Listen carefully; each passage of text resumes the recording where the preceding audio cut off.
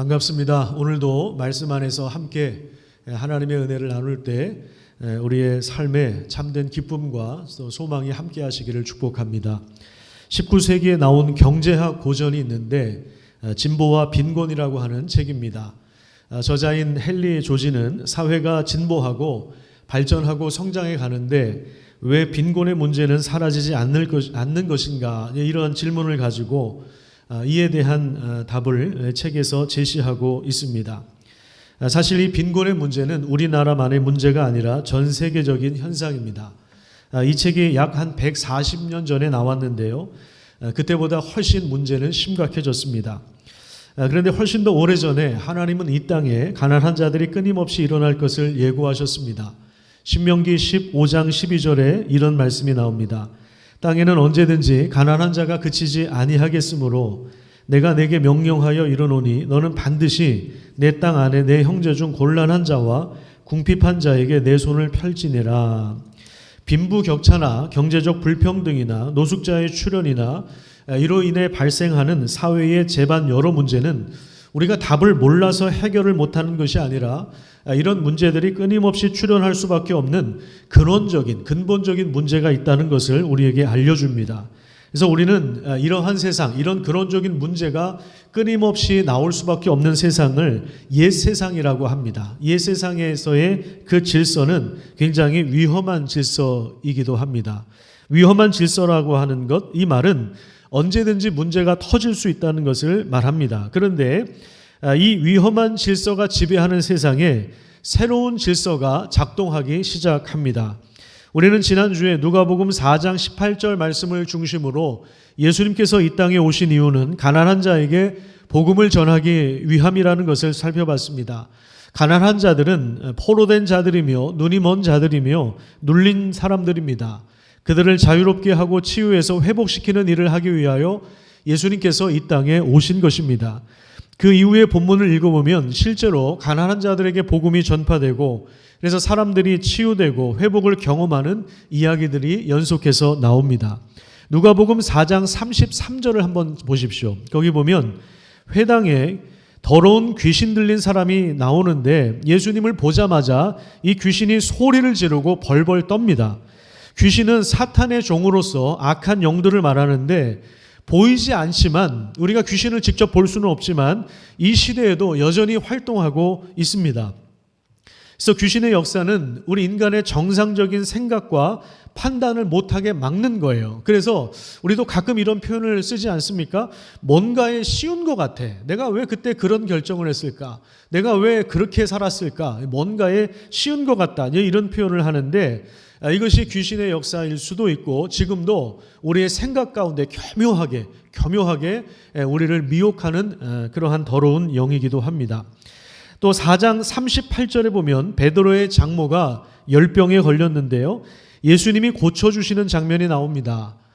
예수님이 이 열병을 고쳐주셨다는 소문이 나니까 각종 질병에 걸린 사람들이 예수님께 나왔습니다. 그 다음에 5장에 보면 예수님께서 베드로를 제자로 부르는 그런 장면이 나옵니다. 밤새도록 수고했지만 고기를 전혀 잡지 못한 상황 속에서 피곤한 몸을 이끌고 베드로는 동료 어부들과 삼중 그물망을 정리하기 시작했습니다. 그물을 씻어야 또 그날 밤에 또 그 작업을 할 수 있기 때문이겠죠. 예수님은 베드로의 배를 빌려서 사람들에게 말씀을 전해주셨는데 베드로는 사실 그물 씻느라고 그 말씀을 전혀 듣지 않았습니다. 그 말씀이 들려오질 않았습니다. 피곤하기도 했고 말씀을 들을 만한 마음의 여유가 없었던 것입니다. 예수님께서 베드로의 배에서 말씀을 다 마치시고 나서 베드로에게 갑작스럽게 이런 요구를 하십니다. 가서 깊은 데로 가서 그물을 던져라. 이렇게 요구를 하세요. 베드로 입장에서 볼 때는 속으로 굉장히 황당했을 겁니다. 왜냐하면 지금 이 그물도 거의 다 씻어놨을 텐데 이런 상황도 그렇고 지금 그물이 훤히 보이는 이 낮 시간에 고기들이 더 안 잡힌다는 것을 자기들이 경험으로 이미 알고 있었기 때문에 그렇습니다. 바다에서 잔뼈가 굵었는데 자기들이 전문가인데 비전문가인 예수님이 저 깊은 곳에 가서 그물을 내리라고 하니까 이거 얼마나 어처구니가 없었겠습니까? 그런데 이분이 자기 장모님을 고쳐주신 분이니까 거절도 못하고 마지못해 순종하여서 그물을 내렸습니다. 그런데 거기에서 놀라운 일이 벌어지죠. 너무 많이 잡히는 거예요, 고기가. 그래서 동료들의 도움을 청했고 두 배가 가라앉을 정도로 그렇게 고기가 많이 잡혔습니다. 이런 상황을 경험하면 보통 사람들 같으면 그날 수익이 얼마 정도 잡힐까? 앞으로 이런 식으로 하면 한 달 매출이 얼마 정도 될까? 이런 경제적인 가치를 따질 텐데 베드로는 이상하게도 거기에 바로 엎드려서 주로 고백하면 주님으로 고백해요. 예수를 주로 고백하면서 나를 떠나소서 나는 죄인입니다 라고 하는 이러한 신적 두려움을 고백합니다. 자, 이것은 지금 베드로 바로 앞에 선 이분이 단지 율법을 가르치는 존경받는 선생님 정도로만 생각했는데 이게 단순히 선생님 정도가 아니구나. 나와 차원이 다른 신적인 존재이구나. 그래서 그 신적인 존재 앞에 서 있기 두려울 정도로 나와는 격차가 큰 분이라는 것을 인식하고 전율한 것입니다. 신적인 존재를 만날 때 자기의 그 무가치함과 죄인됨을 깨닫고 나를 떠나소서 그 격차가 그러니까 신과 인간의 격차가 얼마나 큰지 느꼈기 때문에 거기서 두려움이 일어나는 거예요. 그래서 나를 떠나십시오 이렇게 요청을 한 것입니다. 그 이후에 베드로는 예수님의 말씀을 듣습니다. 예수님께서 베드로에게 나를 따르라 하시면서 앞으로는 네가 사람을 취하리라는 비전을 주십니다. 이것은 사람의 생명을 건져 올리고 변화시키는 역할을 감당할 것을 제시한 것입니다. 그 이후에 베드로는 동료들과 함께 모든 것을 버리고 예수를 따릅니다. 그 사건이 나온 후에 그 다음에 12절부터 보면 나병 환자를 고쳐주시는 장면이 나오죠. 오늘날의 한센병 플러스 피부 질환이라고 할 수 있습니다. 이 나병은 전염성이 굉장히 강하고 또 부정한 병이라고 여겨서 공동체에서 격리되어 살아야 했습니다. 사회적으로 종교적으로 죽은 존재나 다름이 없었던 것입니다. 2주만 자가격리하고 끝나는 것이 아니라 평생토록 격리되어 살아야 하는 그런 인간 소외의 고통을 고스란히 짊어진 사람이 나병 환자인데 나병 환자가 예수님께 나와서 주여 주님께서 원하신다면 내가 깨끗하게 될 수 있습니다. 이렇게 요청을 합니다. 내 앞에 선 이분이 내 병을 고칠 수 있다는 믿음을 가졌는데 과연 이분이 그것을 원하실까 이런 의문을 가지고 와서 주님께서 원하시면 내 병을 깨끗하게 고칠 수 있습니다. 이렇게 요청을 합니다. 이 나병 환자의 요청에 대하여 예수님께서 응답을 하셨는데 예수님께서 그냥 말씀으로만 치료하신 것이 아니라 그의 몸을 만지셨어요. 전염성이 강한 병이어서 격리되어 살았으니까 사람의 손길이 얼마나 고팠겠습니까? 예수님이 그의 몸을 만지시고 그리고 그의 병을 치료해 주시고 그리고 공동체로 복귀하도록 도와주셨습니다. 그 사건이 나오고 그 다음에 중풍병자를 고치는 사건이 나오죠. 이 사람은 격리 수용자는 아닙니다. 공동체 안에서 살았지만 침상에 누워서 꼼짝 못하는 그러한 상황입니다. 이날도 친구들 4명이 침상채 들고 예수님 앞에 나아가요.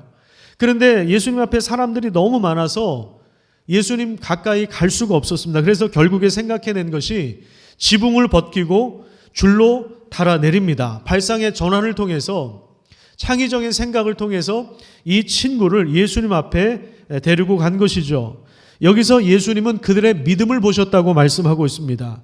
그리고 그 중풍병자의 병만 고쳐준 것이 아니라 죄 용서를 선언하십니다. 그래서 죄 용서를 선언하는 권세가 있다는 사실 또한 보여주셨습니다. 그 다음에 5장 27절부터 보면 마태복음의 저자인 세리 마태를 부르십니다. 여기 레위라고 나오죠. 이 레위가 바로 마태입니다. 마태를 부르시는 장면이 나오는데 이 마태는 레위는 민족의 피를 빨아먹고 로마 정부에 부역하는 자로 여겨져서 창녀들, 그 당시 사회에서 창녀들이나 죄인들과 동급으로 손가락질 받던 사람들입니다. 돈은 많이 가지고 있었지만 내가 이렇게 살아도 되나? 내 동족 유대인들에게 이렇게 미움을 받고 살아도 되나? 늘 고민했던 사람이었는데 예수님의 부르심에 응답해서 모든 것을 다 버리고 경제적인 가치로 환산하면 얼마나 많은 재물을 축적할 수 있었겠습니까? 그런데 그 모든 것을 다 내버리고 예수를 따르는 자가 되었습니다. 지금까지 제가 말씀드린 4장과 5장에 걸쳐서 예수님께서 치유하시고 회복시키시고 그리고 제자로 불러내신 사람들, 이 사람들이 바로 가난한 자들이에요. 예수님께서 취임 설교 때 하신 대로 내가 가난한 자에게 복음을 전하러 왔다 이렇게 말씀하신 대로 가난한 자들에게 예수님께서 복음을 전하신 것입니다. 가난하다고 해서 다 경제적으로만 궁핍한 사람들을 말하는 것이 아닙니다. 물론 그런 사람들도 있지만 사회적인 신분과 역할이 다 다양해요. 여성도 있었고 남성도 있었습니다. 귀신 들린 사람도 있었고 공동체에서 소외된 사람도 있었습니다. 질병 때문에 자기 한계에 갇혀 사는 사람도 있고 나병 때문에 공동체에서 소외된 사람도 있고 돈은 많았지만 손가락질 받는 사람도 있었습니다. 베드로도 당시에 자기 배를 하나 가지고 있었는데 자기 어선을 하나 가지고 있었는데 이거는요 오늘날로 말하면 중산층 이상이라고 봐야 돼요. 이게 어부들이 이게 돈이 없어서 하는 그런 직업이 아닙니다. 여러분 배 한 척 갖고 계신 분 계십니까? 우리 성도들 중에 요트 하나 갖고 계신 분 계십니까? 아마 없을 거예요. 이 배 한 척 가지고 있다는 거는요, 이거 굉장히 이게 중산층 이상이라고 봐야 됩니다. 그러니까 여기 나온 가난한 사람들은 그냥 단지 그냥 생활 경제적으로 어려운 사람 그런 걸 얘기하는 것이 아니라 누가복음 4장 5장을 쭉 살펴보다 보니까 여기서 가난한 사람들은 옛 세상에 속해 있어서 위험한 질서 아래서 소망 없이 살던 사람들이었구나라는 사실들을 우리가 확인할 수가 있는 것입니다. 옛 세상에 속해 있는 사람들, 이 사람들이 가난한 사람들이에요. 물론 그 중에는 경제적으로 어려운 사람도 있었겠죠. 질병 때문에 또 육체의 한계 때문에 노동과 사업의 한계 때문에 또 자기 직업상 동족에게 비난받는 이런 한계 때문에 또 공동체에서 소외된 삶을 살아가는 한계 때문에 고통스러운 삶을 살던 사람들입니다. 이런 가난한 사람들이 예수님을 만날 때 치유가 일어나고 변화가 일어나고 회복이 일어나고 묶인 것에서 풀려나 자유로운 삶을 살게 되었던 것입니다. 베드로나 마태와 같은 경우는 사실 경제적으로 큰 희생을 감수한 것이죠. 배를 버려두고 자기 직업을 포기하고 그 당시 이 세관에서 총 세금 납부하는 그 업무를 감당했던 여러분 이 자리가 얼마나 노다지였겠습니까? 로마 정부에 바쳐야 하는 정해진 세금 외에 그 이후에 받는 자기가 갈취하는 모든 게 다 자기 재산이 되는데 이거 다 내려놓는 게 이게 얼마나 어려운 일이었겠습니까? 그런데 이런 모든 것을 다 버리고 예수를 따랐습니다. 돈이 전부가 아니라는 것을 알게 되었던 것입니다. 자기를 부르시는 분이 자기 그냥 돈 조금 더 벌게 해주시는 그런 양반이 아니라 범접할 수 없는 주님이시고 구원자이시며 이분이야말로 새로운 시대를 가져오시고 새로운 질서를 가져오신 분이라는 사실을 믿었기 때문에 과거와 단절하고 새로운 것을 선택할 수 있었던 것입니다. 귀신 때문에 고통당하던 사람이 묶인 것에서 풀려나고 공동체에서 소외되어 있던 나병 환자가 병도 치료받고 그리고 다시 공동체로 복귀하여서 인간다운 삶을 살게 된 것입니다. 침상에 꼼짝없이 누워 있었던 사람이 자기 손으로 발로 아무것도 할 수 없었던 사람이 두 발로 걸어서 당당하게 살아가는 변화가 일어났던 것입니다. 그리고 하나님께 영광을 돌리며 하나님이 행하시는 새로운 일들이 이게 얼마나 놀라운 것인가를 고백했던 것이죠. 옛 세상 위험한 질서에 묶여 있었던 사람들이 이제 새로운 시대의 능력을 맛보게 되었고 그리고 새로운 질서를 경험하는 이러한 변화가 지금 누가복음 4장, 5장, 6장을 통해서 계속해서 일어나고 있는 것입니다. 자, 그런데 이런 것을 가지고요 시비를 거는 사람도 있었습니다. 어떤 사람이었냐면 당시 기득권 세력이었던 바리새인과 서기관들을 비롯한 종교 권력자들이었습니다. 레위가 예수님을 만난 이후에 그 변화된 큰 기쁨을 가지고 예수님을 위해서 자기 집에서 큰 잔치를 열었습니다. 자, 거기에 자기 동료들, 자기 친구들을 다 초청합니다. 그리고 예수님과 12 제자를 불러서 같이 식사를 나누었습니다. 자, 그런데 이런 자리에서 5장 30절에 보시면요, 제자들을 비방하여 이르되 너희가 어찌하여 세리와 죄인과 함께 먹고 마시느냐 하면서 이렇게 종교 지도자들이 시비를 걸어옵니다. 예수님은 세리와 죄인들을 환대하고 그리고 사랑과 긍휼로 다가가시며 식사와 교제를 하셨는데, 그들은 여전히 자신의 옹졸한 생각과 이 관습에 얽매여서 증오와 편견과 그리고 배척과 비방과 편가르기를 계속하고 있는 모습을 우리가 보게 되는 것입니다. 이에 대해서 예수님께서 하신 말씀이 오늘 우리가 읽은 본문 말씀입니다. 우리 다 함께 읽도록 하겠습니다. 본문 36절부터 마지막 절까지 우리 다 같이 읽도록 하겠습니다. 시작. 또 비유하여 이르시되 새 옷에서 한 조각을 찢어 낡은 옷에 붙이는 자가 없나니 만일 그렇게 하면 새 옷을 찢을 뿐이요 또 새 옷에서 찢은 조각이 낡은 것에 어울리지 아니하리라. 새 포도주를 낡은 가죽 부대에 넣는 자가 없나니 만일 그렇게 하면 새 포도주가 부대를 터뜨려 포도주가 쏟아지고 부대도 못 쓰게 되리라. 새 포도주는 새 부대에 넣어야 할 것이니라. 묵은 포도주를 마시고 새 것을 원하는 자가 없나니 이는 묵은 것이 좋다 함이니라. 아멘. 자, 오늘 본문의 요지는 아주 간단합니다. 옛 것과 새 것은 공존할 수 없다는 이야기입니다. 옛 세상과 새로운 세상은, 옛 시대와 새로운 시대는 같이 갈 수 없다는 그런 얘기입니다. 그러면서 두 가지 비유를 들죠. 새 옷에서 한 조각을 찢어내서 낡은 옷에 붙이는 자가 없다 이 말입니다. 지금 내가 10년 동안 입은 옷인데 문제가 생겼어요. 그래서 저 롯데백화점 가가지고 100만 원짜리 옷을 사와요. 그 옷을 가위로 오려서 10년 동안 입었던 옷에 붙이는 자가 없습니다. 상식적으로도 이거 말이 안 되는 겁니다.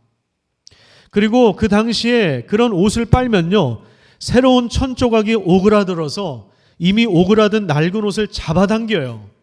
그래서 결국 낡은 옷도 찢어집니다. 새 옷은 새 옷대로 못 쓰고 낡은 옷은 낡은 옷대로 안 돼요. 그러니까 새 옷도 버리고 낡은 옷에도 어울리지 않습니다. 그리고 두 번째 비유입니다. 새 포도주를 낡은 가죽 부대에 담을 수가 없습니다. 왜냐하면 새 포도주는 발효 중에 있기 때문에, 여러분 김치 발효돼서 터져 본 적 있죠? 예, 김치 박스 터져 보신 경험이 있으시죠? 새 포도주는 발효 중에 있기 때문에 신축성이 없는 낡은 가죽 부대는 거기에다가 새 포도주를 담으면 발효돼서 다 터져버려요. 그러니까 낡은 가죽 부대는 새 포도주를 담을 수가 없는 것입니다. 무슨 말이냐? 옛 시대와 새로운 시대가 공존할 수 없다 이 말이에요. 함께 갈 수 없다 이 말입니다. 옛 세상에 한 달이 걸치고 새로운 세상에 한 달이 걸쳐서 양달이 걸치는 삶이 불가능하다 이 말입니다. 새로운 시대에 속하여 새로운 질서를 따라 살아가기 위해서 필요한 것이 있다면 그것은 돌이키는 것이죠. 옛 세상에서 돌이키는 것입니다. 이것을 우리가 전문적인 용어로 이제 회개라고 하지 않습니까? 종교적인 용어로 회개라고 하는데, 회개라고 하는 건 뭐냐면 옛 세상의 질서를 내려놓고 새로운 시대에 발을 들여놓는 것을 말하는 거예요. 이게 바로 회개입니다.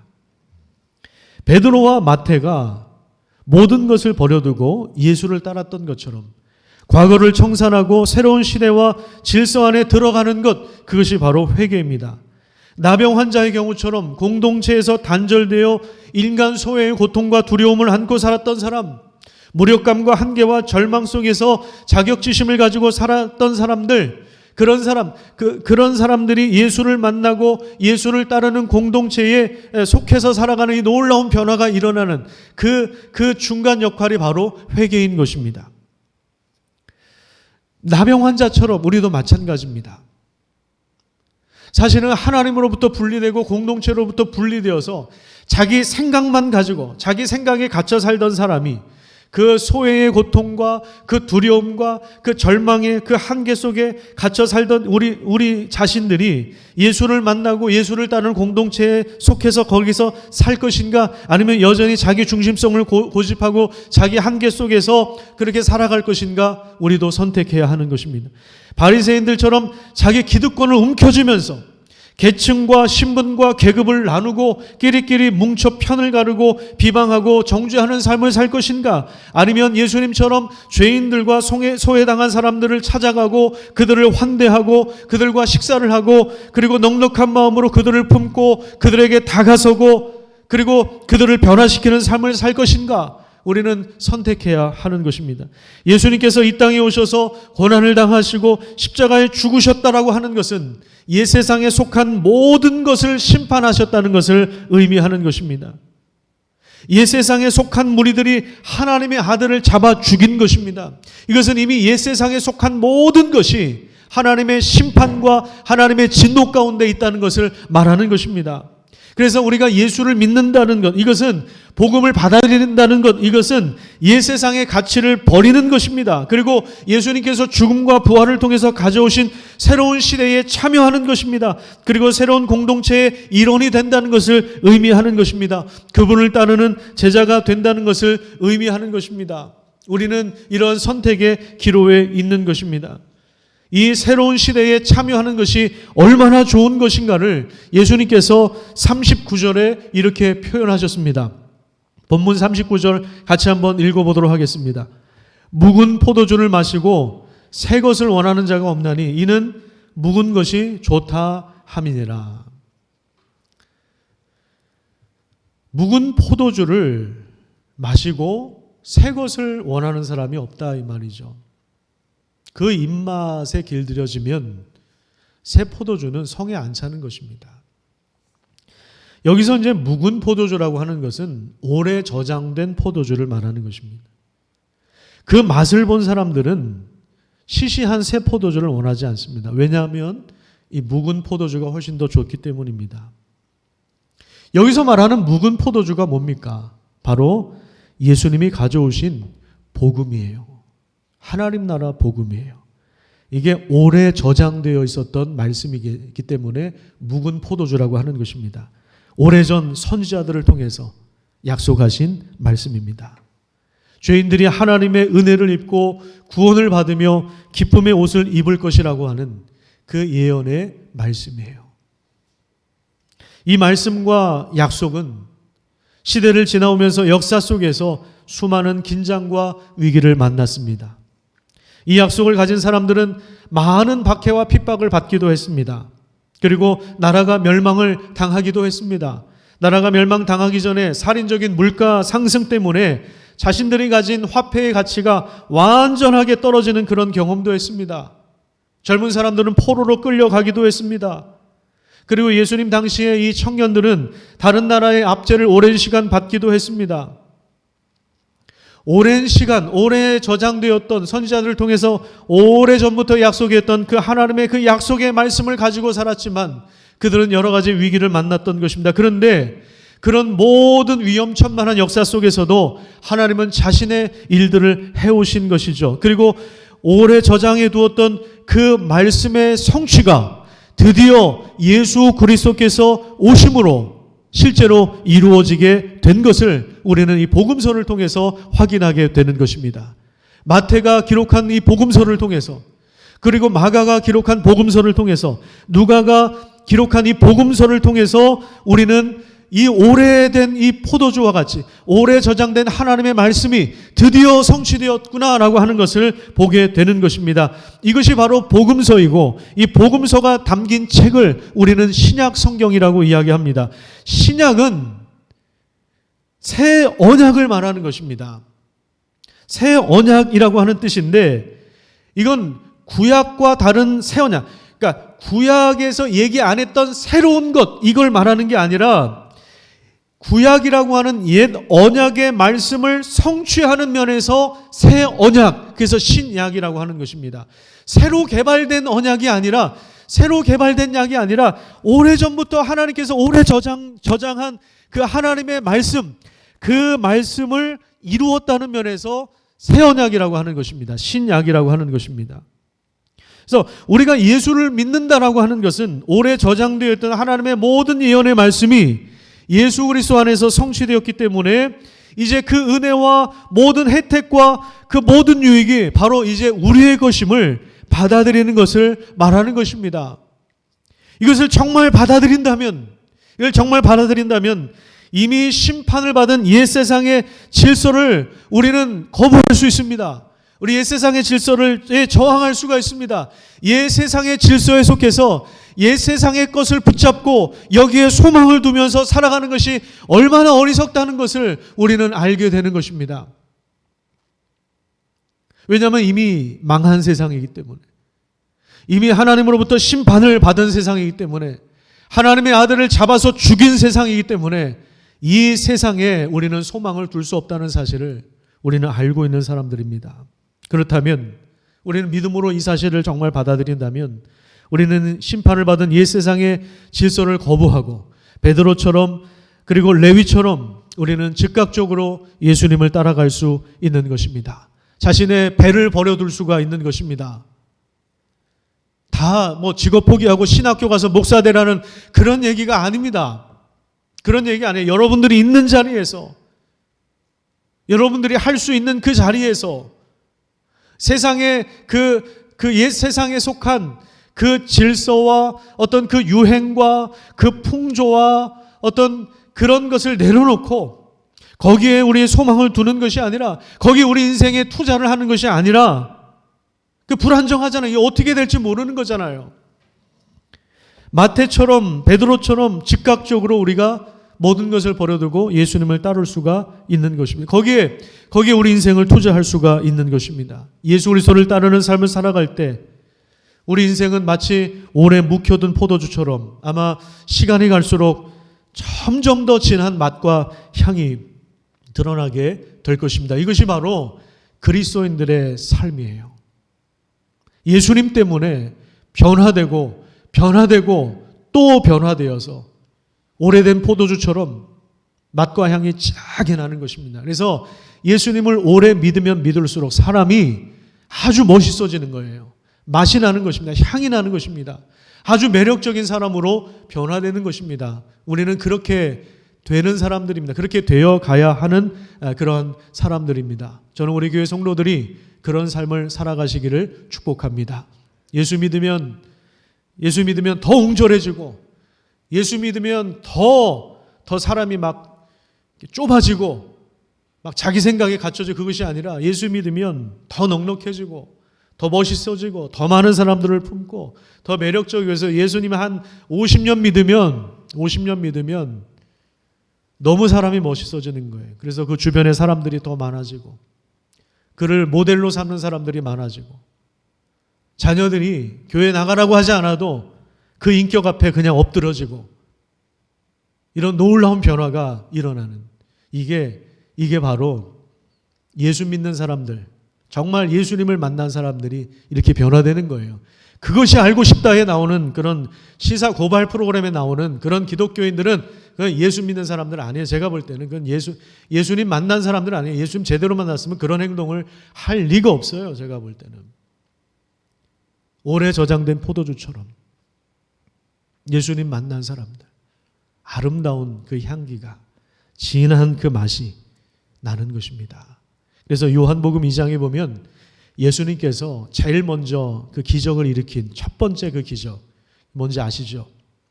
물을 포도주로 바꾼 그 기적 아닙니까? 그 포도주는 기쁨을 상징하는 거예요. 즐거움을 상징하는 거예요. 예수 믿으면 이 기쁨이 있는 거예요. 이 기쁨이 있으니, 이 기쁨이 뭔지를 아니까 여기에 옛세상에 별로 그렇게 관심을 두지 않는 거예요. 옛세상에 이렇게 목매달지 않는 거예요. 주님을 따르는 거예요. 주님을 따르는 거예요. 여러분들의 모든 인생을 주님을 따르는 일에 헌신하는 그런 귀한 변화가 일어나기를 간절히 축복합니다.